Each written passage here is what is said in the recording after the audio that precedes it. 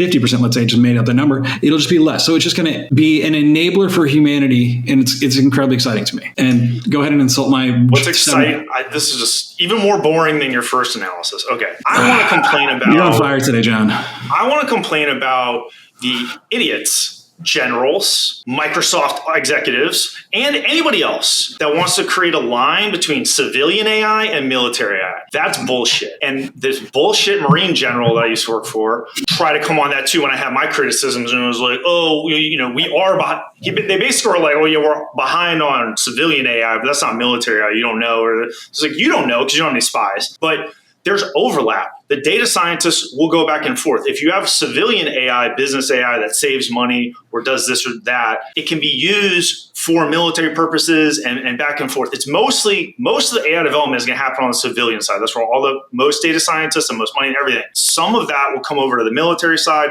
and it will flow back and forth. The idea that we could win military AI and lose civilian AI or vice versa, we can't lose either of them, but it is the dumbest shit ever. And we need the AI. I don't mention the military stuff because I talk about it all the time. We need the self-driving cars, the cures, the new drugs that AI is designing, the genetic engineering, all that stuff. We need all that civilian shit, but we also need to apply the best AI in the world to the military as soon as possible. We're already behind, and we've already wasted a ton of time. We've already wasted a ton of money, and we foolishly let some really stupid, ignorant people who had no chance of succeeding at the top of the military and at the top of the civilian had no chance, waste our time, waste our money, and squander our advantages to China while our businesses have been sending them the blueprints for fucking everything. We've been shipping them all these AI chips until last week.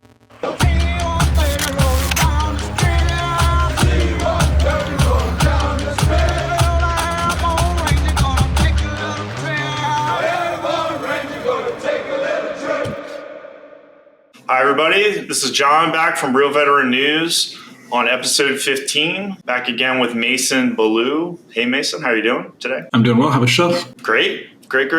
So we're going to talk about the veteran news like normal. Let Mason introduce himself real quick. Well, I'm the Air Force component of the group, and so I'm a former Air Force communications officer with expertise in software development, information systems, and general information warfare. Awesome. We know that Brandon just had his kids yesterday or whatever, so congratulations. Hadrian, yeah. Congratulations to baby Hadrian and Brandon family. Congrats. So we're going to start with Israel-Gaza.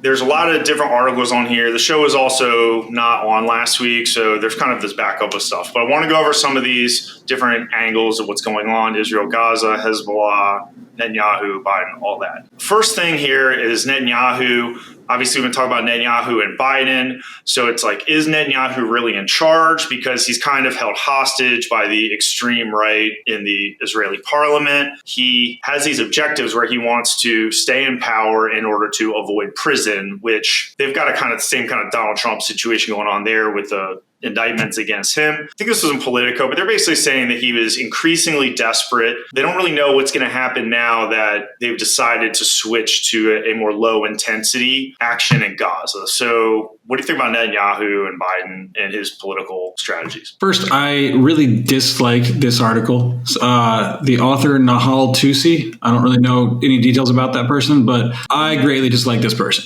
This person is everything I hate about news people, everything I hate about coworkers. This person would be somebody I would never want to spend any time in the room with. I would never want to talk to this person. The reason why is when you read this article, it starts off and it's just fluff and bullshit attacking Netanyahu. Going back to the context of what you said of there's some political turmoil. Yes, there are protests against him because of infringements on free speech in Israel. And that's a really bad thing. And I'm probably against Netanyahu in that respect. However, as far as a wartime commander-in-chief, I think he's doing a pretty good job. In this whole thing, right? It's nobody knows who's in charge over there. That's because you're probably asking tell us your entire military campaign. And he's just giving vague answers. And when you hear an answer it's a coalition decision, that's a political response of saying, shut the fuck up, right? He's not going to actually tell you his entire military campaign. And this person is just trying to use the news to undermine Netanyahu as an information warfare component, in my opinion. So I thought it was a bluff article, specifically as a media and political attack against Netanyahu. And it's using information warfare as a component of warfare in the Israel campaign. So you're basically criticizing the author who is a liberal Jewish woman and who does not like Netanyahu. And you're criticizing her journalism. Do you have anything to say about Netanyahu and his strategies? Or you said that you think he's doing a good job. Do you think he has a secret strategy that he doesn't want to tell everyone about? Is that what you're saying? I mean, I think his job, as I said in the last video we discussed it, I think he needs to eliminate every single bit of resistance. I would remove the entire population from the West Bank if I were him. Sorry, not the West Bank, the Gaza Strip if I were him. I think he use this as an opportunity to secure the homeland for the Israeli people. And if he doesn't do that, he's failed as a prime minister. And I think that's kind of what they're starting to do. Well, they are switching from high intensity to low intensity after they basically flatten northern Gaza for now. But right. So a couple other items on this article, right? She calls about freeing money. Just move on to the next one. We need to talk about this woman over and over. Well, she calls for freeing money for the West Bank. What it's like, that'll pretty much just end up in the hands of terrorism, right? That'll basically fund the terrorist fighting against Israel. Now, if you want to help the people in West Bank, free resources, give the Red Cross the ability to go in there. Don't just give money, because that's going to basically assure that they're going to be used to fund the enemies of Israel. It's their money. It's their taxes from their people. But, right? I mean, is it all of it? I mean, in the article, they're withholding the taxes from the West Bank. I have to relook at the article. I thought it didn't specify. If it's their taxation, then I am wrong. If it's donations from abroad that have been given to the West Bank to try and bring support to the region, then I would be against them receiving it, because that would therefore be funding money towards it. So it depends on the context. Okay. So now Hezbollah's got tunnels. We know that Hezbollah's tunnels are much more sophisticated than Hamas is. Hezbollah is much larger than Hamas is. They have a lot more weaponry. They got more men. And so Hezbollah in the north has been skirmishing with the IDF. There's been some drama up there. I mean, some people have been killed and hurt, but it's not a full-on tete there. If you flatten Gaza and you force everyone out of Gaza. Plus, it's like, where are they going to go? Because Egypt isn't going to let them in either. You're just going to kill them all. And then Hezbollah is just going to be like, okay, we got you. And then they're just going to come in from the north. And the Palestinians on West Bank are going to be like, fuck this, we're next. Then they're going to rise up right outside Jerusalem, and the Israelis are going to be fucked. So your strategy, what do you think about Hezbollah's tunnels? So hang on. You have a lot to address there. So first, again, going back to my strategy of,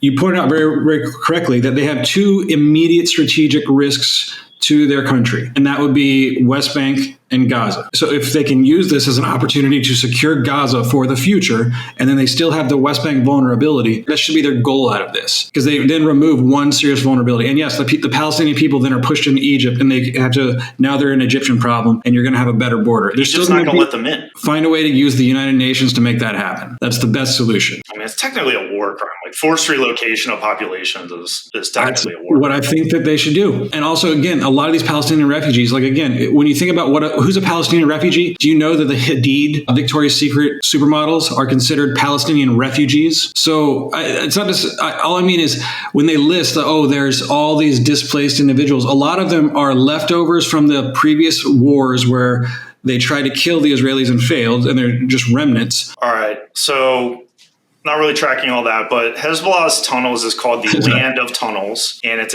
I'll put up a map of it and stuff, but map of polygons, more sophisticated. They have different types of tunnels. The biggest one that they mentioned in the news that we were reading was a 45-kilometer attack tunnel, with the attack tunnels being much larger, where you can actually drive trucks and vehicles down through there. I assume they have the ventilation for the gas fumes and everything. Ho Chi Minh 2.0. They have tactical tunnels, which are big enough for, one guy or whatever. You can run through, you go to this side of town, you go to that side of town, whatever. And then they have explosive tunnels, kind of like in World War I. You build a tunnel, you fill it, pack it with explosives, you get this one big bang. It's a high investment to kind of create a break or to kind of catch the enemy off guard, because they don't know theoretically that you're under their feet. Hezbollah's got all of these tunnels, and they also have all the weaponry and everything like that. You mentioned West Bank and Gaza, but realistically, the big threat is up in the north. And they're kind of just not really ready yet, because Netanyahu said if Hezbollah attacks, they're going to turn Beirut into Gaza. So Beirut's already very shaky. And if the Israelis start attacking, it's going to be a mess. It's always kind of confusing when you talk about Hezbollah, right? Because that's the Lebanese terror group, which is to the north of Israel. And then you got Hamas, which is pretty much the same dudes in Gaza, right? So, I mean, different humans, but they're funded and backed by the same individuals. And recently, the most recent strike where the Hamas leader was killed, he was killed in Lebanon. They're obviously very tightly related. I don't really think that maybe I'm wrong because I don't have the intelligence reports, but I would guess that they used up most of their resources in that initial attack. I would guess that they're not much of a threat. I think the biggest threat seems to be Yemen right now. I don't really agree with that. I think Yemen's not a threat, and Hezbollah was not in on the Hamas attack, right? And they are two separate organizations. Hezbollah is 10 times bigger than Hamas. I thought Hezbollah was a part of it. They both get money from Iran and some of these other Middle Eastern places, but Hezbollah is Shia and then Hamas is Sunni. Really? I didn't know that. And so, you know, it's like friend of my enemy, wait, what is it?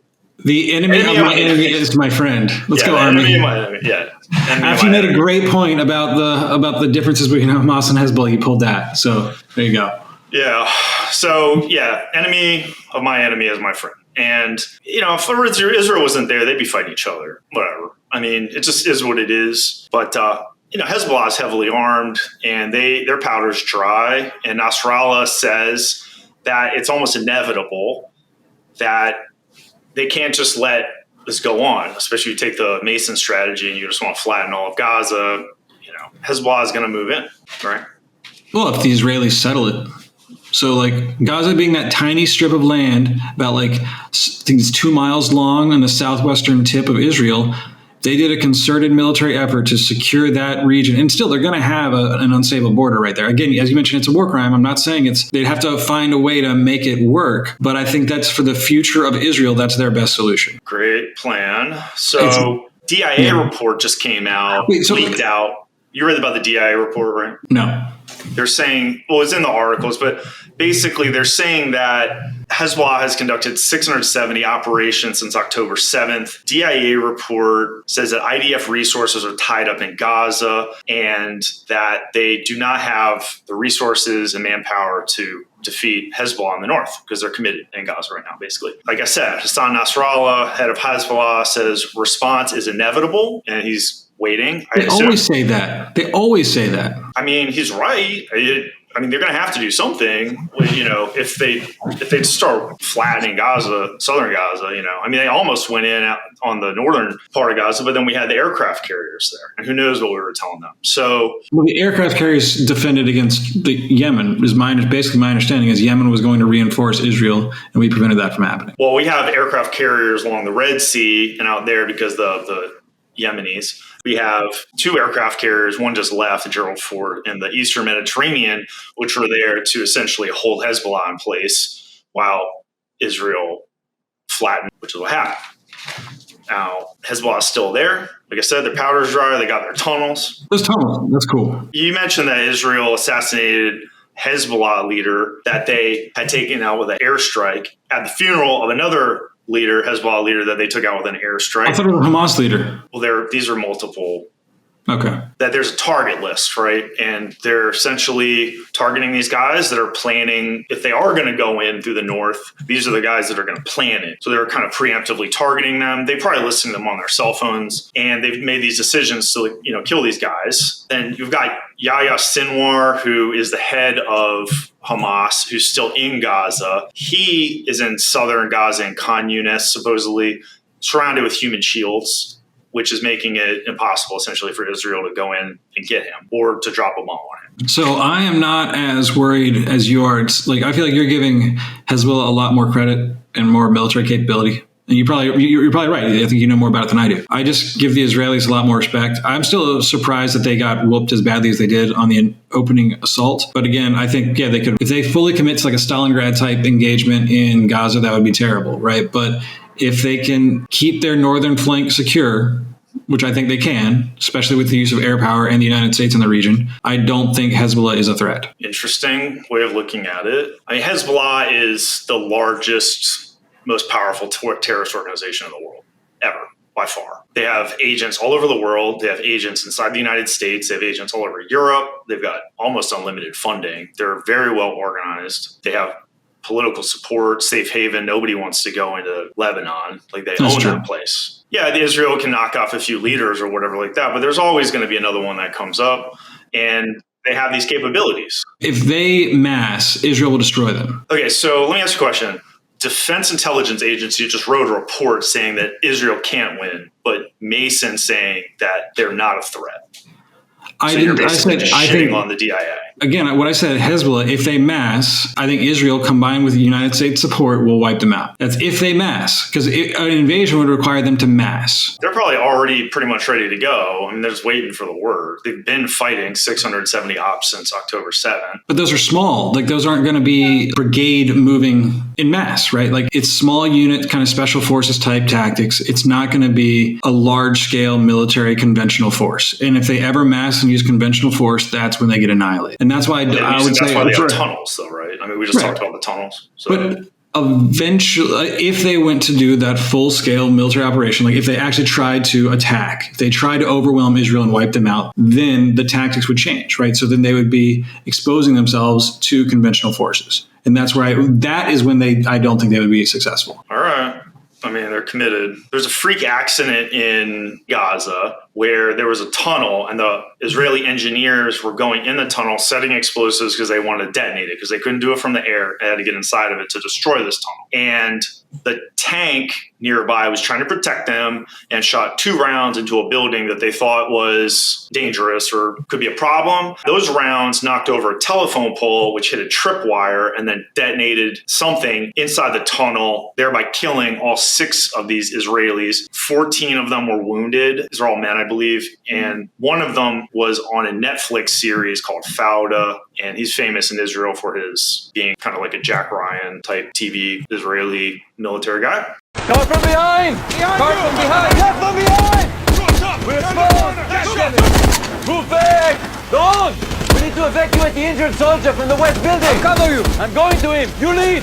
Evacuate to west building! Evacuate to the building! Evacuate! I got you! Follow me! Move forward! Evacuate to the rear! Sagi! Follow me! Go with you, Sagi! No one on the move!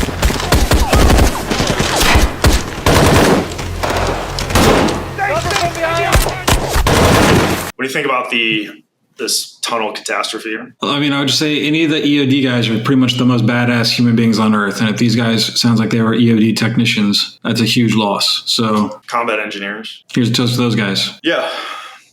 Qatar is kind of the touch point for negotiating with Hamas on the Israeli hostages. I think they have about 140 of them still in Gaza. And the Qatari negotiators are saying that it's becoming harder to work on a ceasefire and work on the hostages because Israel keeps doing these assassination missions in Beirut. They are just saying it's getting harder. So I don't really know exactly how their government is coordinating this, but it seems like they're prioritizing these kill missions over negotiations to get the hostages out. What do you think? That sounds fairly reasonable. I mean, it sounds like Israel's prioritizing, probably expecting those hostages. I don't know if they know that they're even still alive or not, like how proof of life they've gotten. I mean, that's their prioritization from their intelligence, that they're determining that they'd rather eliminate the threat as opposed to maybe recover. But again, as you mentioned, they're using those hostages as human shields to prevent them from being killed. So, I mean, you don't have to kill the guy in Beirut. I mean, he doesn't have human shields and he's not in Gaza. I mean, well, they're pursuing this wrath of God strategy that,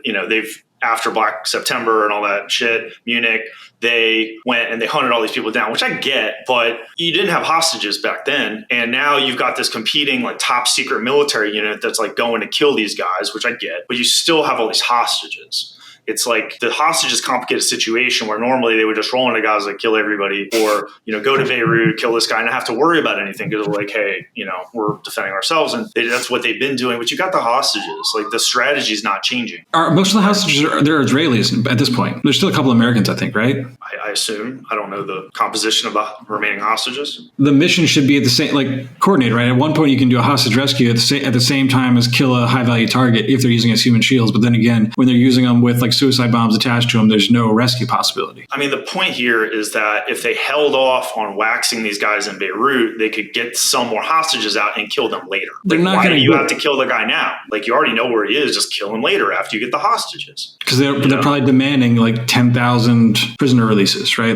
When you're dealing with an unreasonable enemy, you can't use reason. I'm talking strategy. I'm saying you've got, You got to lock on this guy. Just wait until you get all the hostages out, then kill him. Like, you kill him now, then you can't get the hostages out, but you get no benefit. So, but I guess that's why they're just stalling, I guess. Because at some point, like, you have to accept, if they're in a stalemate right now, which it sounds like they kind of are, you just got to wait until the enemy makes a move, and then you can attack that move. I mean, they're in a political stalemate right now.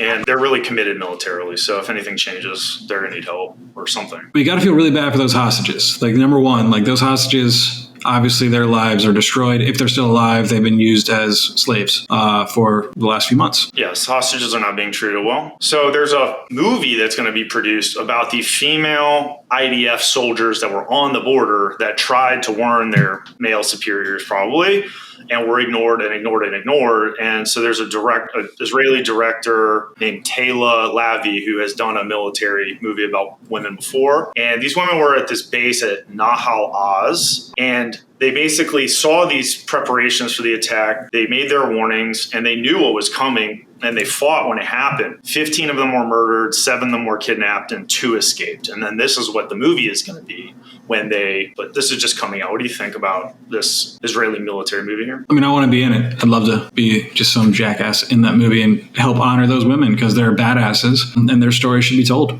And they are awesome. Yeah, it's sad. Hopefully we'll learn something from it. The last big conflict here is this upcoming investigation of the IDF. And the IDF leaders have essentially decided to investigate themselves about the failures leading up to October 7th. This is colliding with Israeli politics because they're going to want to put blame on the security services for this. But the security services, in this overlap with the political parties and everything, they're going to want to minimize, obviously. The IDF and the ministers got into this big shouting argument in a high-level meeting with the ministers essentially calling bullshit on the IDF because the IDF wants to have their chief of staff investigate whatever. And so what you're going to get out of that investigation, they're going to draw it out until it's, way back in the rearview mirror. And then they're going to only focus on readiness and preparedness. Well, let's say, this, base wasn't at full capacity and we have a few errors here. But these ministers are interested in politics. And so they're talking about, they essentially want the investigation to impugn the Ariel Sharon and these other people that wanted the disengagement policy from Gaza going back to 2006. And then you have these IDF guys who are like, that's not our fault. Like, we didn't decide to do this disengagement thing, although they probably loved it. Then you have this conflict over whether this investigation is to be done by a third party and whether it's going to include the national strategic policy of how do we deal with Gaza, or are we just going to say, did the military do their check boxes like the night before it happened or some bullshit, right? We know the IDF failed. We know the security services failed. It's the biggest failure in Israeli military history. These people shouldn't be allowed to do this. It's just a draft plan, but they were very pissed off, which you can imagine. You would be pissed off, would you? Like, say you were in a room of like Gold Star parents or like the Kabul 13, and they come in and they're like, we're going to do a very thorough investigation. Captain Johnson over here is going to look through everything and it'll be ready in 12 to 18 months. And, we'll get you a declassified copy of that. And good luck to you people. I mean, that's what they want to get away with. Right. I kind of would just say that, I agree with you. There's that statement of don't let any catastrophe go to waste in politics, right? So obviously, anybody who wants to make any changes in the Department of Defense or the Israeli Defense Department, whatever they call it, is going to use this. They're going to want to use the audit to blame the current leadership and get them out so they can put their people in. Like, that's just a standard political tactic, and it's going to happen in Israel during this next month or the next year. Yeah, hopefully. I mean, the people that are in charge totally shit the bed, so why not fucking kick them out? More curious to me is what they're going to do to adapt to the future changes. Like, what are they going to do to the Iron Dome to be able to detect slower moving objects like, gliders with, the little air gliders? How do you detect that and defend against that in the future? How do you detect against other... I need a fucking machine gun, man. Like, don't we need some high-tech hypersonic shit? It's a dude on a paraglider. Like, open up your machine gun and shoot him to death and then watch his lifeless body fall to the earth where it belongs. Automated defenses, like rocket science. We need to add that in there as well. But yeah, I agree that just one automated Gatling gun would have been enough. They had them, but they didn't have protection from the UAVs, so they came with the UAVs first, hit the machine gun, the automatic machine gun. They killed that. They killed the video and stuff, and then they came in. It was a good attack. I mean, it's bad. It's not, It's effective. It wasn't anything revolutionary. I mean, it's a failure of defense. I mean, they were all at home in their beds. You know, these units hadn't even drawn weapons. These people are coming in, you know, after a holiday in their flip-flops and like racing down the highway. I mean, this is just fucking insane. This is a total collapse of military authority. The dumbest thing I would say for Israel, where I would slap the shit out of Bibi if I were any Israeli, is, and every single person in the Israeli Department of Defense needs to get an ass kicking for. So I was recently finishing up the book by Noah Tishby, Israel, The History of Israel, right? And it had this segment on like all the wars in Israel. And then it was like, since 2005, there hasn't been a single war in Israel. It's been lovely. And I'm like, yeah, it's because of the global war on terror. We distracted basically all of radical Islam for 15 years. So the fact that for the first year after the global war on terror fully ended and like, you know, the monster that is radical Islam was looking for a new target, they didn't defend on their holidays. Like what is the number one tactic of Islam? It's usually attack on your enemy's holiday, right? There's always I don't know. I've never heard every single year there's Operation Deny Christmas. You've never heard of that? It's not some Muslim tactic to attack other armies. No, it's not, dude. Every year there's Operation Deny Christmas. Have you not heard of that? So if you look at it, if you look at the history of Israel, they usually get attacked. Like the Yom Kippur War, I think is one of the it's 50 years ago, man. It's a smart tactic. A lot of armies do attacks it's not just on a Muslim holidays. Tactic. It's a very brilliant. The United States, we will cross the frozen river on Christmas. Yeah, the Delaware. And blah, blah, blah. Right, like it's a smart tactic. I'm not. Don't mean it for it to come across racist, but in this case, like there's been Operation Deny Christmas since I've been a child. Right, like that's a thing. That is a tactic that is utilized. So the fact that the first year after the global war on terror ended, they did not have heightened security on every one of their holidays is a fucking disgrace to their Department of Defense. That should have been the most obvious thing. Hey guys, the U.S. just pulled out of the Middle East. We're probably going to get attacked this year. The fact that they didn't up their defenses immediately as soon as we pulled out of Bagram shows that the Israeli military is fucking stupid. Cool. Yeah, I mean, that's your idea about it. The next topic in general, not even talk about Israel and everything anymore, is that there have been attacks in Iraq against the U.S. bases where they're conducting the counter-ISIS combined joint task force, special operations task force there. And this has been going on for a while. Some people have been getting hurt down there. I don't think we've lost anyone to these attacks yet. I don't know what kind of damage is happening, but they are frequent. And I assume they're escalating because they took the opportunity, and we all know who,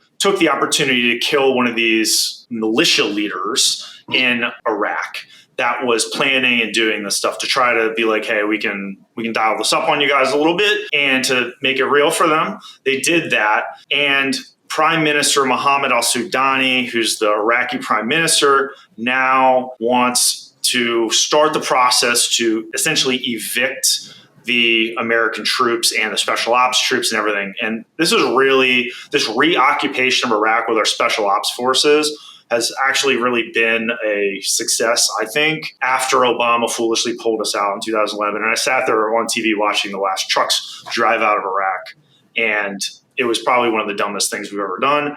But obviously, we came back, smashed out ISIS with Trump, and then we've stayed there. Prime Minister is basically saying now that they have firm position, saying that operations like this shouldn't outlive their usefulness. And I guess he's saying that the ISIS threat doesn't warrant this. You're killing this Iraqi guy who's not even an ISIS dude without even telling us. But if they told him, then the strike would never have happened because it would have leaked down to these guys and he would have gone underground. What do you think about the possibility we get our troops kicked out of Iraq and this reaction to the attacks to kill this guy in Iraq? A couple things to digest there. So I agree with you in hindsight that the shift to Afghanistan was a bad idea for the rise of ISIS. But at the time, I did think we needed to focus on Osama bin Laden. So I just wanted to counter you on that one. What are you talking about, man? Just answer the question. I want to counter, but just want to argue with you about that one for a second, since you made that point. We have to respect the host nation at some point. So if they demand us to leave, we need to leave. At the same time, it's obviously a political move. So the way I would look at it is this guy, probably an enemy of ISIS. We've eliminated his rival, and now he's trying to secure military totalitarian control in the region, probably. And maybe it's him and his, oligarchical group, or their new group of whatever they're going to call themselves. They don't already have a name. Clearly, they're going to use political power, and if they can get the United States out now that we've eliminated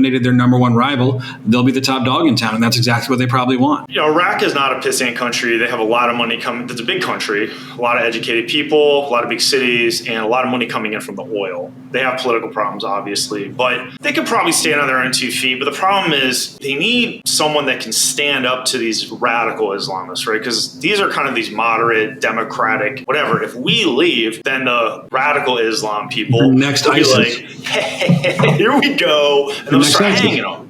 You know what I mean? And then all these guys will run off to Switzerland with their stepchildren and everything. They won't fight for Iraq. Iraq's not even a real country. It's 3 provinces cobbled together by the British Empire. It's never designed to be stable. And you know what I mean? To agree with what you said, as soon as like the next ISIS will come up, they'll flee to Switzerland and get their education. Once the U.S. clears it back and restabilizes the region, we'll say, hey, we need somebody to rule the region that knows what they're doing. And we'll hire their kids that just got educated in Switzerland to come back in as now billionaires to run the region until, guess what? They kick us out again because they're spoiled, and the whole cycle repeats itself. So I agree with you. Well, I think the model is actually the Iranian Revolution, where the radicals essentially scared off the democracy people, even though the democracy people probably could have carried like a real election or something. And they all run off to Switzerland, and then there's no one left. Then they solidify power. Then you have this entrenched religious theocracy, like the Taliban, like the Iranian government. Why you're not going to have some kind of clear out thing. I don't know what the fuck that means. Like, we're just going to have the first armored division drive across Iran. You know, like, we obviously know that we can't do that anymore. Why is that? We're still unbeatable. Invading these countries. Countries. We don't. It's not. What do you do? You invade, and then they guerrilla attack you for 10 fucking years. Politically, you invade, destroy the enemy, and then leave. You don't try and build a nation. Dude, it's guerrilla warfare. That's the whole point. You can't destroy them. How do you destroy an idea? You kill the guy, and then his son joins. You kill his son, and then his brother joins. Like his cousin, his family. The way you defeat an idea is by inspiring people to believe that another idea is better. That is how you beat an idea. Yeah, killing civilians doesn't do that. Correct. We always used to say, like, when you have drone strikes, if you kill one civilian accidentally, you create 10 new insurgents. Yeah, potentially. I mean, it's just it's not good. I mean, they want us to kill civilians so they can be like, look how bad the Americans are.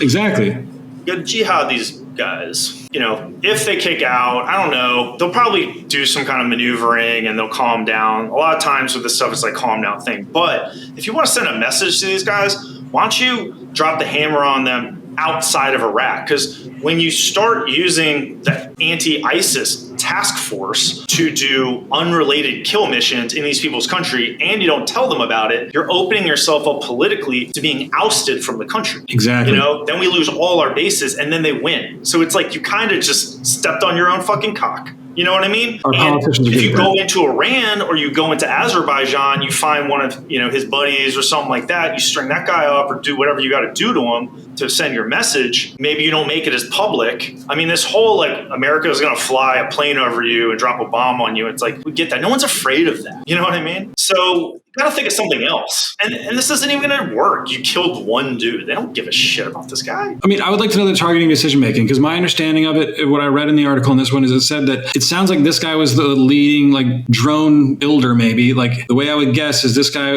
we've been seeing like drone attacks on U.S. forces almost daily. It sounds like I see a new one in the news for the last couple of months. So maybe this guy was the guy creating those drone attacks. And if that's the case, of course, that's what he was doing. But, the question is this op the op? I mean, it's like, they probably should have worked with host forces. Huh? They probably should have worked with host forces. They've done a million things, but it's the same old thing. It's like, if all you have is a hammer, everything is a nail, right? All they've got are these drones. Well, it's the easiest solution. It's the easiest solution for them, right? So Joe Biden, it's not effective. In his mind, he can press a button and that problem will go away because he doesn't think about the long-term consequences of it. Because it doesn't risk any American lives, and it doesn't take any like inventive thought or anything. It's just like, hey, we know where this guy's cell phone is. Let's bomb the shit out of it. That'll really show them. They don't care. They're radical Islam people. They want to die. They think they're going to heaven. You drop a bomb on them, like, come on. He doesn't want to die old in his bed. Like, he wants to get killed for his God. Like, exactly. Do I need to like buy Islam for dummies for you guys? Like the special forces officer going to Afghanistan for his first deployment? This doesn't do anything. It just exposes you politically to getting ousted from Iraq, where we should have these bases. We have to control that area. Russia's there. All these terrorists are there. I agree. But if I don't know who's in charge of Iraq right now, but if like the president of Iraq is like, you guys have to leave, and comes up with a political declaration that the United States has to leave, at some point we have to respect the host nation. Of course, unless we're going to war on them, which ideally not. Next article is AI Accelerationism, which is this new ideology counter to the AI like ethics and, slow everything down and worried about AI and what's it going to do and all this stuff, which all comes from people who have no idea what they're talking about. None of these people are engineers. The engineers that are like hand wringing about it and acting like weenies are not the good engineers. All the good engineers, all the good technology leaders are pushing for AI because they know what it's going to do for the world. And they know that it's not going to spiral out of control into some madness like this lawyer who had never written a line of code in their life is trying to convince you so that they can create this niche of where do I fit into this thing? It's like you don't fit into it. You know what I mean? You clean up the mess afterwards if there isn't, but we need to go as fast as possible. And they make it seem like it's these Silicon Valley tech bros that are, have this new like AI Mein Kampf out there and everyone's like bowing down to, which is totally not the case. It's just this political conflict between these people. And yes, the people who are leading AI will make money, but that's going to happen one way or another. These people are going to make money no matter what. The reason why they want it to go fast is they know it's going to provide a surplus of productivity for the entire world. AI is going to invent new medicine. AI is going to have the cars driving themselves. This is going to prevent car accidents and all the drunk driving and everything like that. It's going to cure cancer. It's going to enable us to travel outside our planet and everything like that. We're going to have robots, automated factories. What? I just love the traffic one. It interests me. Just think of like, as you said, if there's no accidents, and also just if all cars operated with perfect efficiency as like going 5 miles or 10 miles an hour over the speed limit and they're all moving like that, how much economic value, how much GDP boost would that give if the entire American like highway system was that maximally efficient due to AI? That would boost GDP because the entire supply chain would get more efficient. That would just be incredible. So that's the future of AI. So I'm going to interrupt you. I already did. So I'm going to just take over now. So I would be one of those new evangelists who's like all about AI. And I also like to troll non-technology people. Like the end of my science fiction novel, I made a joke about AI destroying the world. And it's just to fuck with people because I don't think that's really possible to happen. The worst case is really like the Terminator 2 moment where it's like somehow the launch gets initiated by AI, which that could actually possibly happen. But otherwise, it seems pretty unlikely. Where I love AI, I think it's going to be a good engineer is going to solve one problem, and it's going to happen one at a time. And each time that occurs, it'll be what's called structural unemployment. So if you study unemployment, there's 3 types of unemployment: structural, frictional, and cyclical. All right. So frictional is just like somebody lost their job, they're finding a new job. Cyclical is like the Great Depression happened, the 2008 crash happened, something really shitty in the world happened, and okay, there's a lot of unemployment because of that. And then structural is just like the world has changed and people need to adjust their skills. So each time some engineer comes up with some new innovation, like a McDonald's that no longer needs people in it, well, guess what? McDonald's workers are now structural unemployment, need to learn new skills to work for either a different food service industry as waiters instead of cashiers, or adjust their skills to work in some other place. But that's kind of knows this, dude. Why are we talking about this? Like, everybody fucking knows this. Because that's what the article's about. Everybody knows AI. No one's going to be working McDonald's anymore. Like, everybody fucking knows this. Why is this on my show right now? But at the same time, well, hang on. But here's the counter argument to that. You're still going to go and pay for a gourmet burger made by a person because you want it's just not going to be McDonald's, right? So you're going to still go for the niche, like handmade burger at a nice hipster joint because you want that personal touch. Just because AI comes to be doesn't mean that all burger joints are going to go down. It's just going to be that the capitalist economies of scale type businesses, those ones will be the ones that will be impacted in employment the most. But again, it will just be structural unemployment where people have to adjust their skills. And that burger analogy was fire. An economics lesson. Come on, that burger analogy was not boring. That burger analogy was fire. No one cares about fucking hamburgers and shit. Dude, it's a military channel. We want to talk about fucking bombs and you brought up hamburgers and I adjusted it, and it was amazing. You brought up hamburgers, I think. Hamburgers. All right. It's called the Effective Acceleration Movement, EAC, and it's called techno-libertarian. And Mason's supposed to be libertarian, so and he's techno, so he should be one. Moderate libertarian. Yeah. All right. And they're saying that these Silicon Valley bros, which I mentioned earlier, have no love for biological humans. Like they're trying to sell out to this AI that hasn't been created yet so they can be its pet or something. That's assholes in Silicon Valley trying to sound smart, being like, oh, we're smarter than people. We're already with the AI. But they probably can't even write good AI themselves. Sorry. And the people in Silicon Valley are going to be good at this. So I've worked with some of those guys. Not all of them are that other good. Cities. What? They're not all that good. I've worked with those guys. All right. So I'm the best. Do you have any final AI accelerationism analysis? That's it.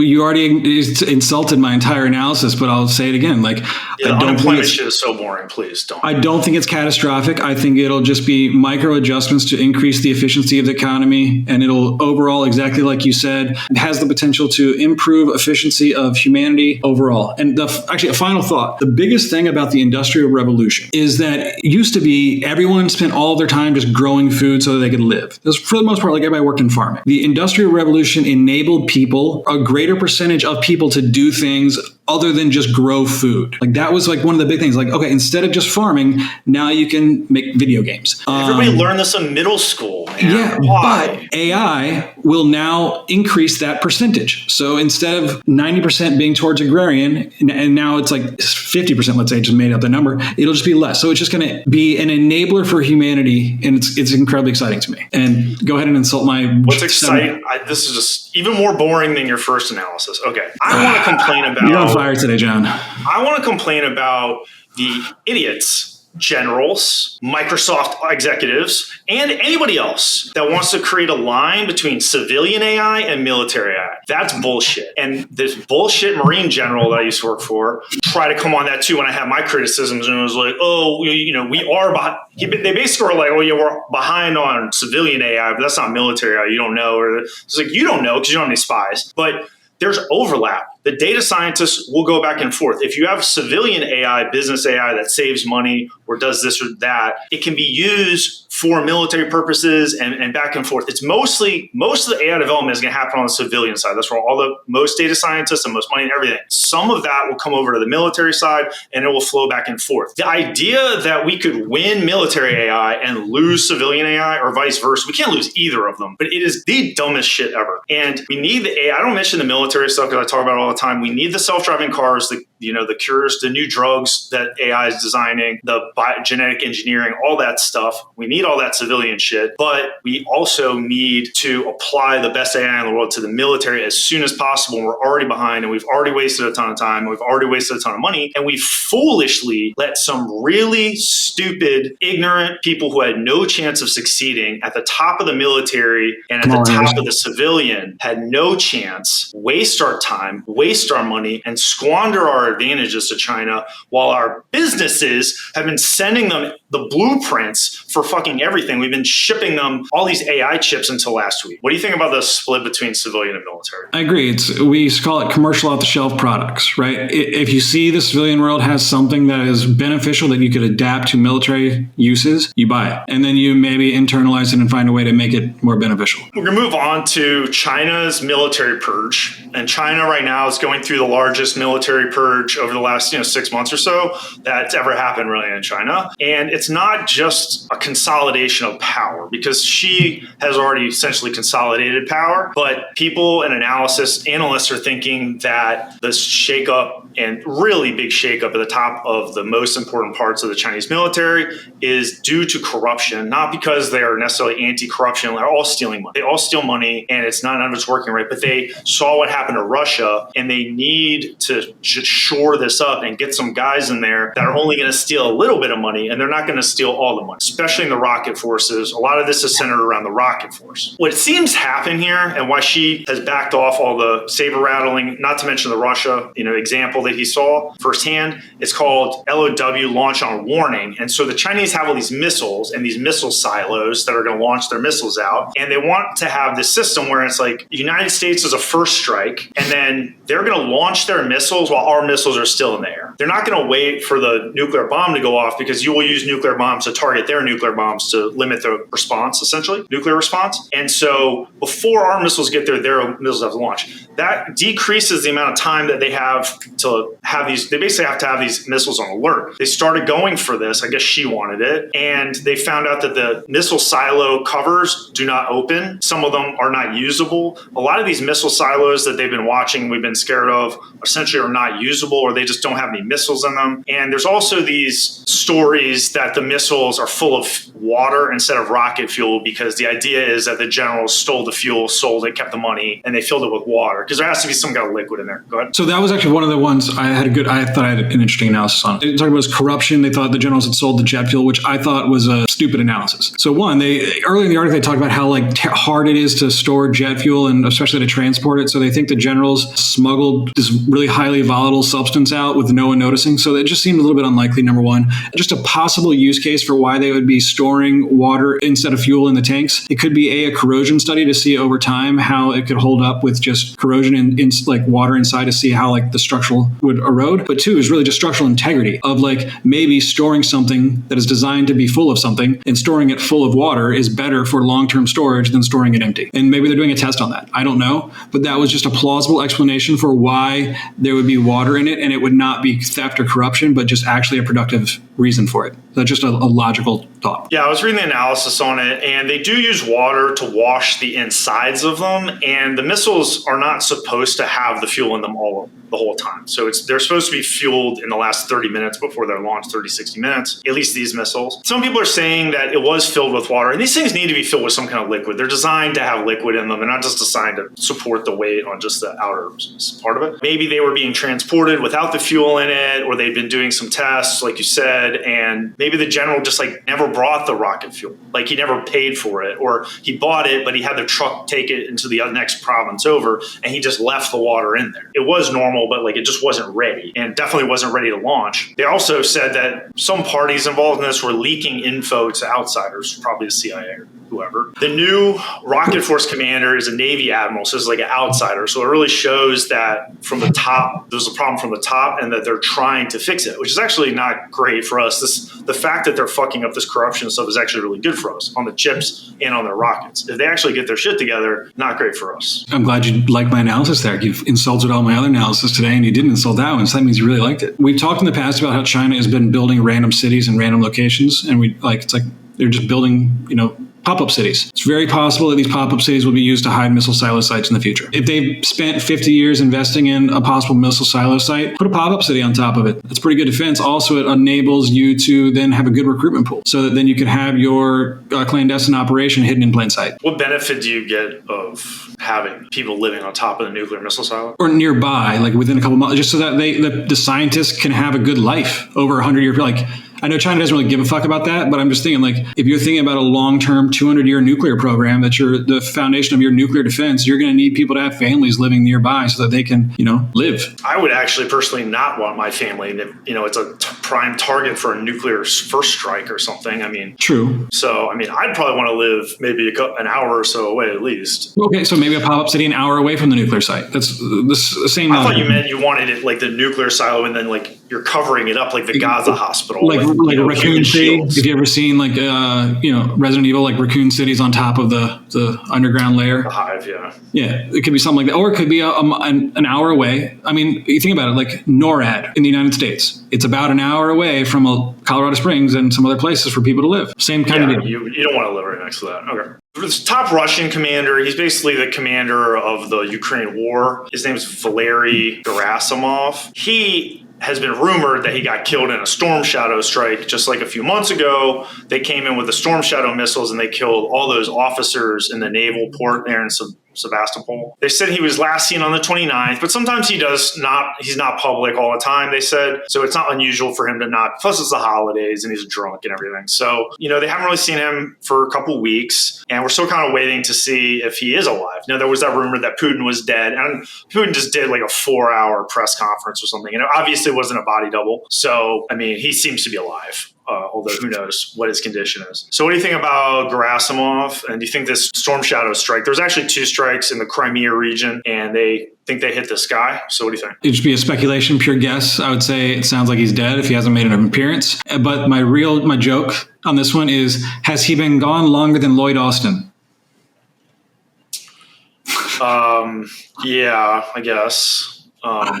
So I should make fun of Lloyd Austin's health condition because he's a good dude who's serving his country well, but he probably should have, as my understanding, he didn't even let his deputy commander know that he's going to be out for a week. Why are we talking about this? because it's just a joke. It's making fun of our Secretary of Defense disappeared for a week. I didn't even hear a joke. It's a bad joke. I didn't say it was a good joke.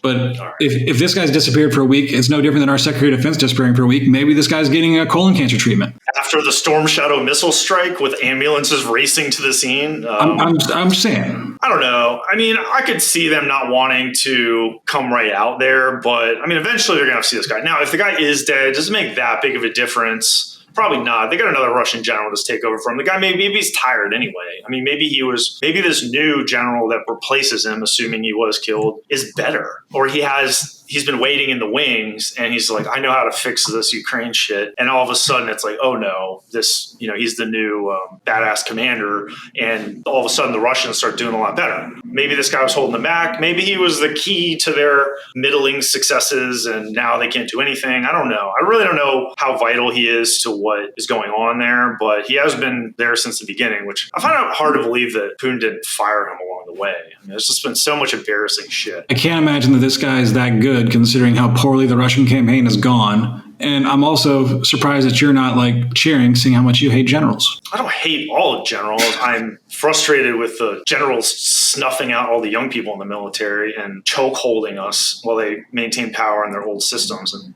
destroy the military. In our military, now they're generals. I don't really care.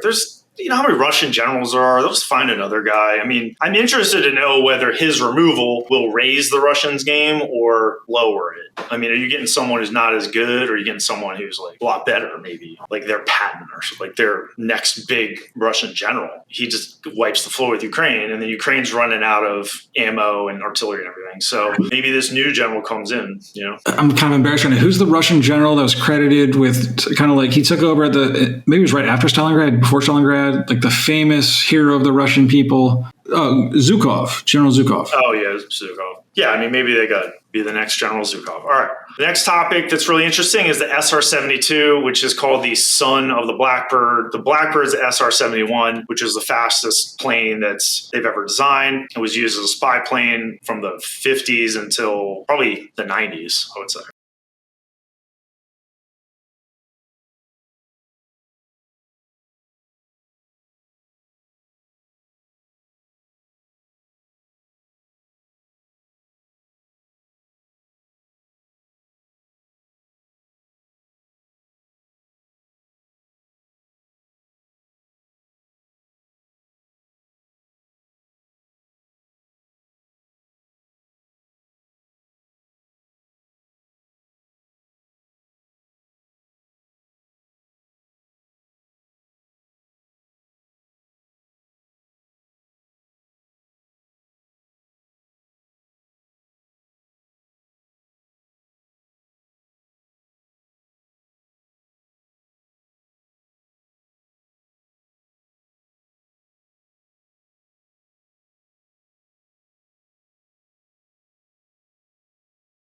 So the SR-72 is from Lockheed Martin, and it's going to be unmanned, hypersonic, reusable ISR vehicle. That's going to essentially be a spy plane.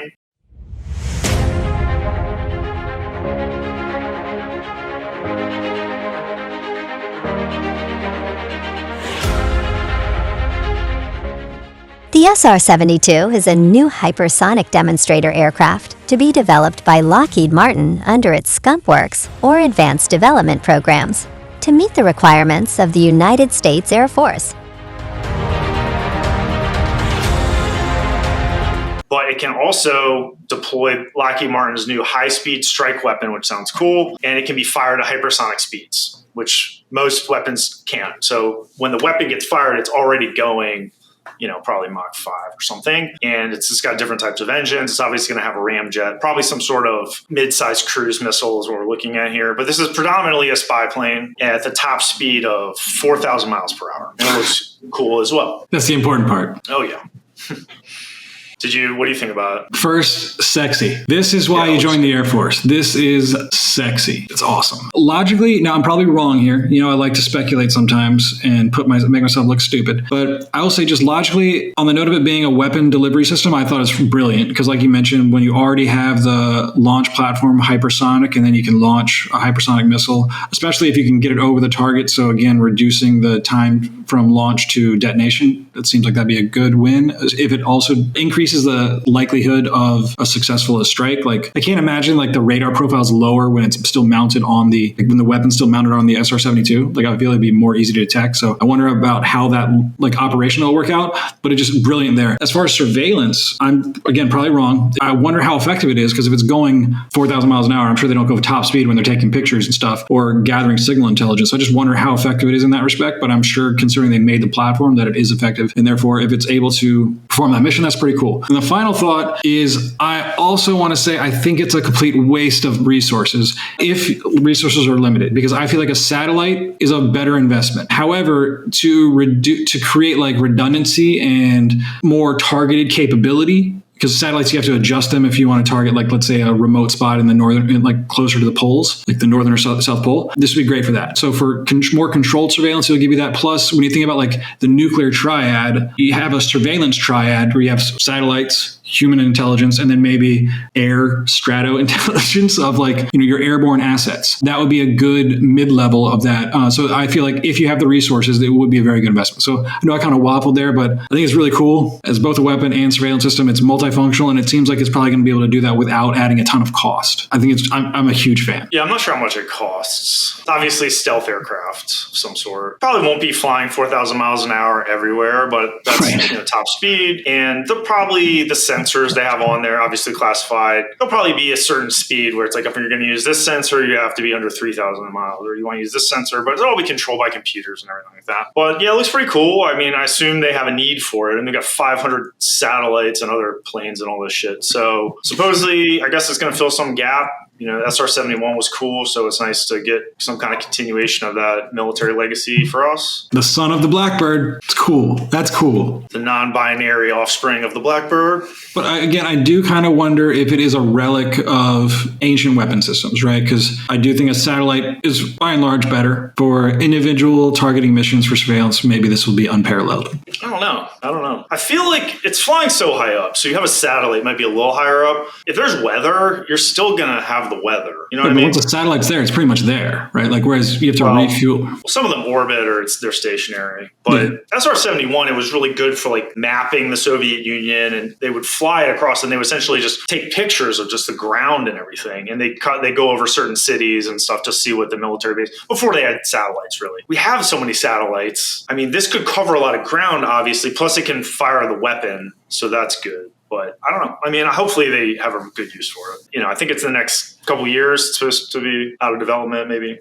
start fielding it. Who knows? I don't know. Microsoft in China. I was talking about Microsoft earlier. Microsoft, I was complaining about this. They've got this willful ignorance over the fact that military and civilian AI there's no distinction there. They can't just say, we have this AI lab in Beijing and we help them. We come up with brainstorm sessions together and think that you're not helping the military. They have this rule where it's like, hey, we don't have any AI fellows come into our research lab that are with the Chinese military, but it's like, how do you know who that guy is or that guy or whatever? You just really don't. And it's kind of just like a fig leaf, but there is this collaboration going on between Microsoft and China on this AI lab. And they've been debating it for a year of whether to close it or not. President of Microsoft, Brad Smith, said they're going to have increased cooperation, increased cooperation in Beijing. Great policy, great message for your shareholders there. And Microsoft, obviously a wonderful company that everyone has a ton of respect for, with great technology all around, and has been milking and fleecing the government for decades. Like, if you talk to military officers, especially that deal with this like technology stuff, they see how much money we just shovel over to Microsoft every month. And it's just, that probably is one of the things in their minds is just, some of them are like, wow, I better go work at Microsoft when I'm done here. Other ones are like, I can't believe we're giving Microsoft this much money. It's such a ripoff. Like, every single computer, every cell phone, everything, they hire the military officers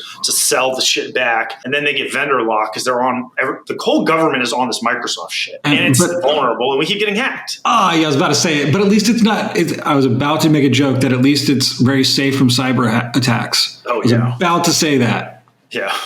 It's like we're paying all this money to facilitate our communications and trusting them to do it the right way. And it's like, oh, hey, here's this vulnerability that we just discovered that the hackers have been exploiting for 10 years. Like, thanks, Microsoft. Way to know and protect your product. That's why, honestly, I'd be curious to do a case study for the Department of Defense, or what I specifically would like to do is individual businesses changing over to app. Computers, I think, are going to mostly go away. I mean, there will still be some form of a processing system, but I think like the desktop machine in 5 years at the Pentagon might be a relic. Like, you may not want to have a cubicle with a desk and a couple of computers on it. Maybe it'll be a different type of networking system. And they don't even have Wi-Fi in that building. Like, nothing's happening in that building. They have to build a new building if they're ever going to have technological modernity. I don't know why they're in that building. Because it's an awesome building. Architecturally, it's cool, but they ain't got Wi-Fi. They can't get a cell phone signal. They can't do shit in there. It's archaic. It's beautiful. Love it. We've done this years ago. They can't get anything going on. I mean, I get lost every time I go there, but... So how is Microsoft like this succubus just milking the federal government and the military every fucking day? And you got all these military officers that work for you, and you're getting checks, you're paying checks to Microsoft, and you're having meetings, and you've got projects. And then on the other hand, you're going to Beijing, and you've got an AI lab there, and you're just teaching them all the shit. You know what I mean? You got to pick one side. I want to make this point. It's about investment in education. So the number one thing for the future of AI, which again, I believe in AI and I think it's the future of humanity. And I think it's the enabler that's going to create both economic power and military power for the future. So it's the number one thing. The key to AI is long-term investments in education. And when you think about the United States, we're degrading our education system every day in the name of social justice. This is totally off topic. No, it's not. You got to have something to... Yes, it is. Yes. So for Beijing, for right now, Bill Gates is investing in the education of Chinese engineers. He is not investing in the education of American engineers as much. If he diverted... Bill Gates isn't doing anything. He's retired, man. Microsoft is investing in the 10,000 Chinese engineers, right? It says they're hiring, I believe it says 10,000 AI developers over in China. If those 10,000 jobs were in the United States, those people would be paid to be educating themselves and working in AI, building that American economic and military AI dominance in the future instead of investing in Chinese military and AI dominance in the future. And so that's, I think, a strategic risk. And I actually think that the United States needs to adjust its tax plan to solve for it. I have an idea how to do that. Okay. All right. Interesting take. Last article is Army recruiting. Like, we got to talk about this every week, apparently. They just released some numbers and was on the news about the drop in white recruits. So now we're breaking down how the recruiting is going over the last 2 horrible recruiting years based on race. Just to say on gender, the proportion of male-female has basically been the same. So we're basically talking about race here. And just to recap, we know in 2023, depending on how you want to count it, they were 10,000 short. They thought they were going to get 65,000. They were down by 10. The Army official, whoever that is, says there is no widely accepted cause. So we're going to take a chance to try to figure out an accepted cause here, because I believe that there is many widely accepted causes. These people just don't want to face it because they can't face their own failures. I'm not going to go through all the data here, but we'll talk about DEI, right? So the Republicans are basically saying that this caused by, the new post-Biden, like the DEI, like the diversity policies in the military. And then the Army official, who's just some nameless PR propaganda fuck, says, no, the applicants don't care about this stuff. Now, but the question is, how the fuck would you know? Because they're not even walking in the door.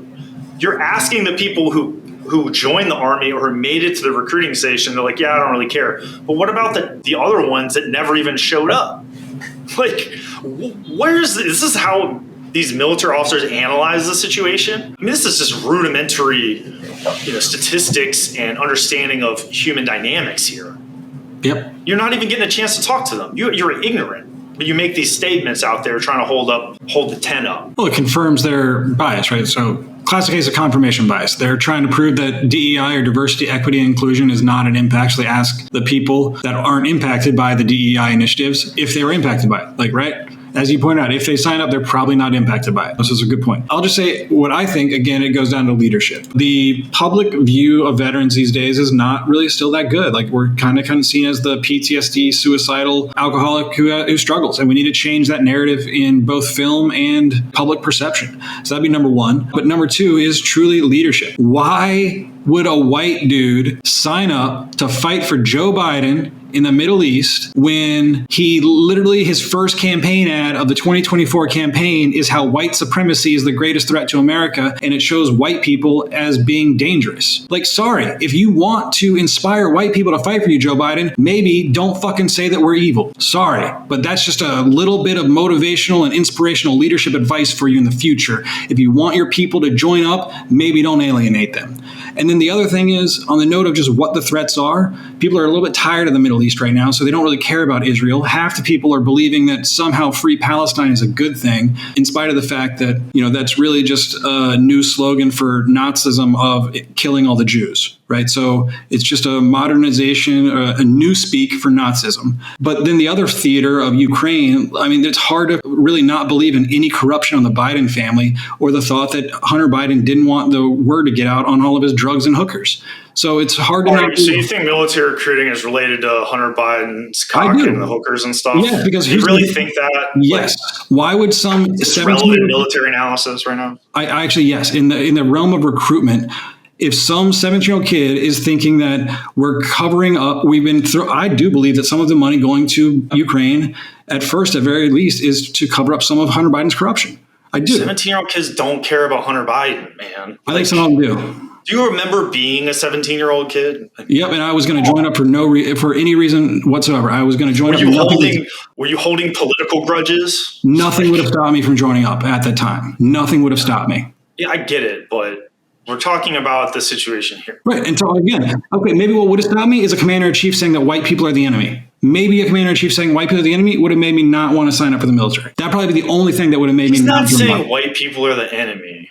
He wants to get the white extremism out, and they want, quite obviously, they want to re-engineer the military to not be dominated by white men. The U.S. military has always been white men, generally. And the people who are doing like the fighting generally are white men. Good luck. And a lot of this is part of that. So to look at the data here, data science. Can I just final thought? The political message in America has been divisive. Now, I think it's always been that way, but people are saying that political messaging these days is more divisive than ever.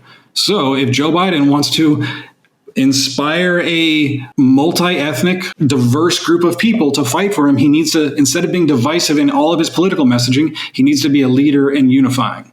And it is his message that is causing division, none other. Yes, Biden, I think, is a huge problem. I think, it's Kabul, his fault, also his age. Those two things, because it's like younger people are going to be like, Kabul was bullshit. But if the president was like young and vibrant, be like, hey, maybe he made a mistake. But they're like, this dude's old as shit.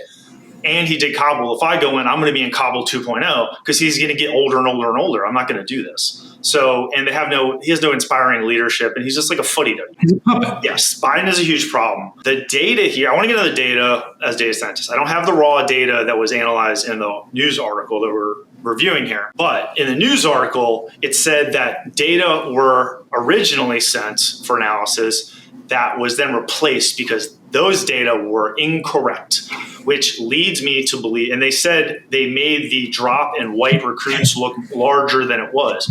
So I don't believe that. They looked at it and said, this looks really bad. They tried to figure out a way to alter the data a little bit to make it not as bad. And then they sent out a new data set. And so this stuff I'm going to read you is from the data set that they said is correct and probably is worse than this. But they're looking at this period between 2018 and 2023 and this declining recruitment of whites. And I assume that includes females too, but we're mainly talking about men. Between 2018 and 2023, you're enlisting 20,000 fewer whites per year, which is quite a bit because it's the largest group. And then the largest drop you have is from 2022 to 2023 in white enlistment dropped by 6%. That was the beginning of the acute military recruiting crisis here. And then that is on the heels of Kabul, which happened in 21. Yeah, it was right after Biden got elected. So 21 and then 22. So we're halfway through. If you think of like the 6 month pilot, like people join up and then like 6 months later, they usually get to actually go to basic, right? So there would be that 6 month delay in new recruits. So that would be exact causation from what you're saying. Yes. And then they also talk about blacks and Hispanics. They said during that 2018 and 23, blacks increased from 20% to 24%. Hispanics increased from 17% to 24%. I have a point on this one. Sorry. Can I finish what I'm saying, please? Yeah. Those increases, though, the actual number of recruits stayed about the same because during that time, all recruitment went down. So their proportion went up, but you have this precipitous drop with the white applicants, right? Whereas essentially blacks and Hispanics are staying steady or increasing a little bit. Go ahead. I don't think the article mentioned any changes in like U.S. demographics to see like if this corresponded to changes in like actual U.S. demographics. Because one of the things that popped into my head is I think there's like the controversial scholar Ibrahim Kendi in like New England somewhere. I think he's a Harvard professor. But there was a tweet and it came out where it was like white Americans are listing themselves as black or Hispanic so that they can get affirmative action benefits. So maybe that is translating over to this recruitment number where people that would have listed themselves as white 10 years ago are now no longer doing so. And so it could just be a reason for that change other than actual changes in motivation for service. It could just be a response to affirmative action. So your theory is that a young white man is enlisting in the military, and when he's filling out his paperwork, he's like, African American. And he just ships, and he's like, yeah. People would do that for college. And then he shows up in his unit, and he's like, yeah, I'm a black man. Like that doesn't happen, dude. It does happen. Rachel Dalzell, that happened. No, like, you might have someone who's mixed, one parent, but like that's ridiculous. It was literally a thing in application. It was literally a response to college application admissions this year or recently. I know, but we're talking about the military, dude. Who gives a fuck about college applications? I agree that there's the incentive would be different for someone in the military. There wouldn't be the incentive to lie about that, right? So maybe what the fuck does this have to do with this? I'm just giving a plausible reason for it to have occurred, that this is a reason why it would have occurred at a place like Harvard. So it could have occurred. The incentive structure is not the same, but it is a reason why something similar happened at a different institution. So therefore, it should be something to consider. Okay. Doesn't seem apples to apples to me, but it's not. That's why it's a comparison. We basically have this situation now where you have only a portion of white America willing to join the military. Now, if Donald Trump gets elected again, it's probably going to just turn around. You know what I mean? You're basically going to you might have basically the same level of blacks and Hispanics. You probably will have less women, I would assume, maybe not. And then, these white men are going to come back, basically. So electing Donald Trump, I think theoretically, but I don't really want this to stop because it's showing them that they're doing a bad job. This isn't diversity. This isn't whatever. It's the young people being like, this is bullshit. Like, you guys are trying to fuck us over. You're trying to pull a fast one on us. We've got TikTok. We talk. We know what's going to happen to us when we go in there. And we are consciously deciding not to do it. It's a protest. Now, if Trump comes back in and all these young white men go into the military high on the Trump supply and kind of like fill this gap, and then all the officers can be like, oh, yeah, it wasn't our fault. And, they'll just keep doing everything and they'll never fix anything. This actually forces them to make decisions. Do you think Trump fixes this? What? I think it needs to be a complete change in the rhetoric around America. Why would some kid, if you really want to think about it, they've basically been indoctrinated for the last 15 years. So why would some kid join up to work for Joe Biden that hates white people, right? Like he's like, white people are white supremacy is a threat to America, but it doesn't feel good for any white dude. I think Joe Biden hates white people. He's white. Just hear me out. His wife is white. His kids are white. I think he says it because it sounds good. I think he says it because he thinks it sounds good. So again, you have a dude who's talking fairly negatively about half of the country that's pretty disparaging. And it's just like, you don't want to go and fight for that guy. Just all there is to it. Like, why would you want to fight for Joe Biden? We've identified that Joe Biden is a big problem with this. That's why the question that I asked you was, does Trump fix this? Which you ignored. I say yes, because he's not Joe Biden. You're saying anybody but Biden fixes this. Anybody that's not anti-American. The thing is rhetoric. So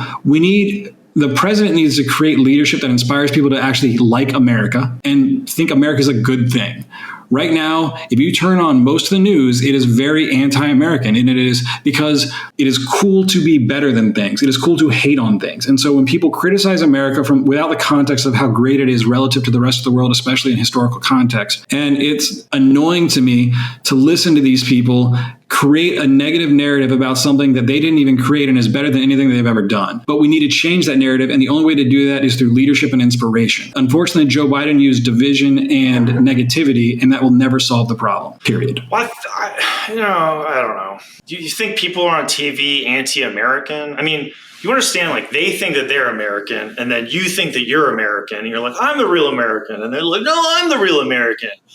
And you're like, well, look at George Washington. They're like, well, look at Ruth Bader Ginsburg. And you guys just like going to argue forever and stuff. I mean, the difference is I actually am American and they're not. How fucking childish is that? What the reason why I say is because they're saying negative things about this country. So like if they're literally saying things that are like they dislike America, I'm like, that seems anti-American to me. You like everything about America? No, basically. America is flawed. Say one thing you don't like about America right now. Taxes. Dude, come on. I don't like taxes. I'm sorry. Such a pussy. So we just need people to understand how spoiled they are when they disparage America. And unfortunately, Joe Biden is up there disparaging America instead of inspiring people to want to be more American. And Trump, his rhetoric isn't exactly inspiring either. So I'm not saying he's the complete solution for unifying America, because he's pretty divisive as well. But at least he'll get people to join the military more. Yeah, it'll fix the military recruiting thing, which is a mixed blessing because it allows the failures in the military to hide again, burrow down, wait for their retirement, wait for their payday. And we don't get a chance to pin the tail on the donkey. We don't get a chance to fix anything. We don't get a chance to make right with the Kabul generation and, all these people that saw the military falling apart on Instagram. And we don't get to fix this. It's just like a sick patient that it's going to live a reprieve a little longer until we bump up against something that we can't handle. So I don't know. I mean, I don't even know if Trump will make it to the election. I don't know if Biden will make it to the election. I mean, these are old men. It's very stressful what they're doing. Who knows? I'm not as political as you are, but I'll say to defend Biden, I think I've said this on this channel before, like where people attack Trump for his tweets and we're like, oh, he's unstable and all that stuff. I think people attack Biden as being mentally incompetent when he's far more competent than his clips let on. So I think he's sharper than most people admit. I just disagree with most of his politics. I think the people around him are very competent. He is out to lunch. Maybe. I was just watching the news this morning. That's how the media depicts him. His entire schedule today was presidential daily briefing at 11 a.m. and then that's it. Nothing before it, nothing after it. Can we get someone in there that has enough energy left in their soul to work on the weekend? I mean, it's not like it's New Year's Eve or Christmas Eve or something. It's like January, whatever. I mean, this is ridiculous. The president should be hitting it hard. You know what's the most ridiculous is that while we're debating military budgets, the fact that Joe Biden hasn't diverted investment into the infrastructure to solve the housing problems and the housing conditions for the average soldier at the military unit shows that Lloyd Austin should be fired. Lloyd Austin, your job is to protect the new recruits. So if you're screaming that there's no new recruits, meanwhile, the new recruits are living in mold-filled barracks that we've discussed in the past, that's a disgrace. Divert some money from the JSF, get your people proper housing conditions, and then people will be inspired to serve for you. Then people want to fight for you because you're protecting them and you're giving them good living conditions and the capability to have a good life. But right now, people see TikTok and they see PTSD soldiers and mold-filled barracks and a commander-in-chief who calls them the threat to America. That's not really a recipe for success. Are you going to defend Lloyd Austin? Austin, well, if you watch the last show with Mary, Austin basically says, don't expect this to get fixed on my watch. He said it's going to take a long time, which code for I'm not doing shit about this because I don't know how to fix it. It's hard work. It should be fixed in less than a year. Well, I mean, if Trump wins, then Lloyd Austin will be out on his ass. Maybe it'll be Hulk Hogan. I don't know. It's a SecDef. I don't fucking know. It could be anybody. The number one job of the SecDef is to give the people the tools they need to succeed. If you give people good housing and good facilities so that they can live a good life and give them weapons that will enable them to be superior to the enemy, they will triumph in battle. That's all you have to do, and he is doing neither of them. You understand most young military people are just trying to start their young adult lives. You know, this is like their first job. They've made the leap, joined the military. They got trained. They get to their base. They're in the barracks or they're living in a small apartment because they're married. And, you know, they're trying to live. They just need a fair treatment. They need to be able to do their jobs and not have this military bullshit screw them over, give them disabilities, poison their bodies, send them off to Kabul without the intel, knowing that a suicide bomber is about to clack on them. You got to take care of your people. Betrayal, you know, and then, you know, where they get killed by friendly fire and then you lie to their parents and say that they died in some big heroic Medal of Honor worthy moment. You know what I mean? Like these lies and the politics that seep in and everything. You know, the families, it's not just the young people. The families are revolting against this too. The families are not letting their kids go. Those are the ones you aren't even talking to. And you got to take care of them. You got to prove that if they join, it will be a good decision for their life. That's all it boils down to. It's impossible to prove that. I mean, you could easily make a case that it's a bad decision for almost anybody. You can. Again, that's what I've been saying. Like, if you look at the veteran stigma right now, it's PTSD, alcoholism, suicide, unemployment, homelessness. That's why would some kids sign up for that? Like, hey, yeah, let me join in for that. No, but most of it is looking for a better life. I joined up because I was looking to get the best life I could. Yes, people have different reasons. Now, survey says that the highest reason why Gen Z doesn't want to join up is because they don't want to die. They want to be alive for the rest of their life. Which, okay, I get that. But most jobs, you're not going to die.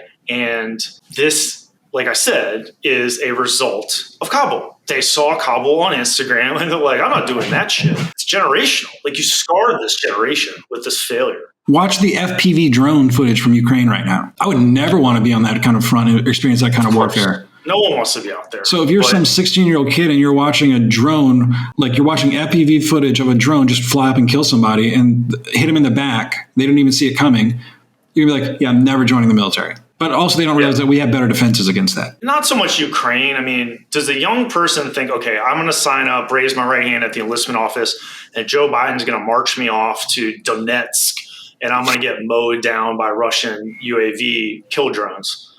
No. But they see Kabul, like maybe they get sent to Africa and they get killed in an ambush or a car bombing or something like that. I mean, they saw Kabul. Remember the people falling off the planes? That shit made the news. That shit was probably all over social media, TikTok and all. These kids saw it and they talk. That's how TikTok works. They make videos about the videos. They watch other people talking about the same stuff. They're building a shared consensus that you fucked up. And you've ruined the brand. America's not a good brand right now. The military is not a good brand. It needs to change. The old style of military just has to go. There's no salvaging it. It has to be rebuilt from modern times. In the modern world with mass media and Instagram and everything, no one's signing up. You're not going to get enough people to staff this organization because it's just not a good deal. So I was actually thinking about making a YouTube video about like advice for people who want to join the military. And one of the things I was thinking about is like delete your social media. That's not what they want. They want to be alive online. They're Gen Z. They grew up online. Hear me out, like though. They can't delete it. Right. So I was going to say like that statement, though, is unreasonable because by the time somebody really chooses to join the military, maybe it's like at the age of 12. Like you're like, I think the military is probably right for me. Like I think that was the first time I really thought I was going to join the military. By then, they've already created their TikTok, their Facebook, all that. So it's just unrealistic. But it's still my advice. It's not changing the fact that it would be my advice. But it's very unrealistic advice. There's no like deliverable there. I'm just like, there's no reason that a young military person can't have social media, you True. know? And now do they want to be doing like OnlyFans or some other like really aggressive YouTube channel or some shit like that? No, I mean, you're trying to start a career and you're young and like, it's going to make people think you're fucking crazy. If you want to be a high-speed ranger boy, if you want to be a high-speed ranger and you want to join Delta Force, is probably the less social media you've ever had, the better, right?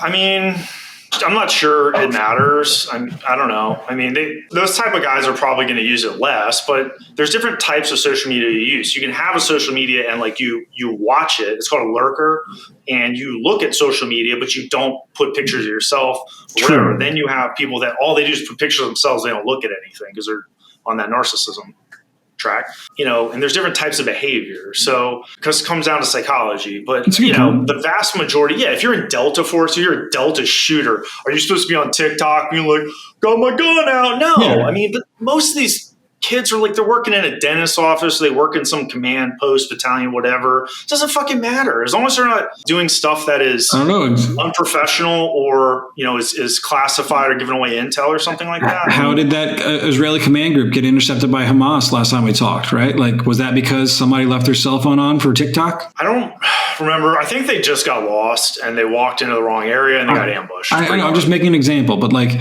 it will happen. Somebody's going to get ambushed because of a TikTok. Like, it will happen. But if you ban social media, then 20% of the kids aren't going to join. You're not even going to have a fucking army. You know what I mean? It's just a thought. My advice, can you deny that it's good advice? If you would like to be the most elite military operator humanly possible, the less social media you have, the better. Be a lurker at the most. Like, that would be good advice. But that's the opposite of society. That's a good advice for anybody who wants a serious career. I don't know. An entertainer, there's a lot of careers where social media is beneficial.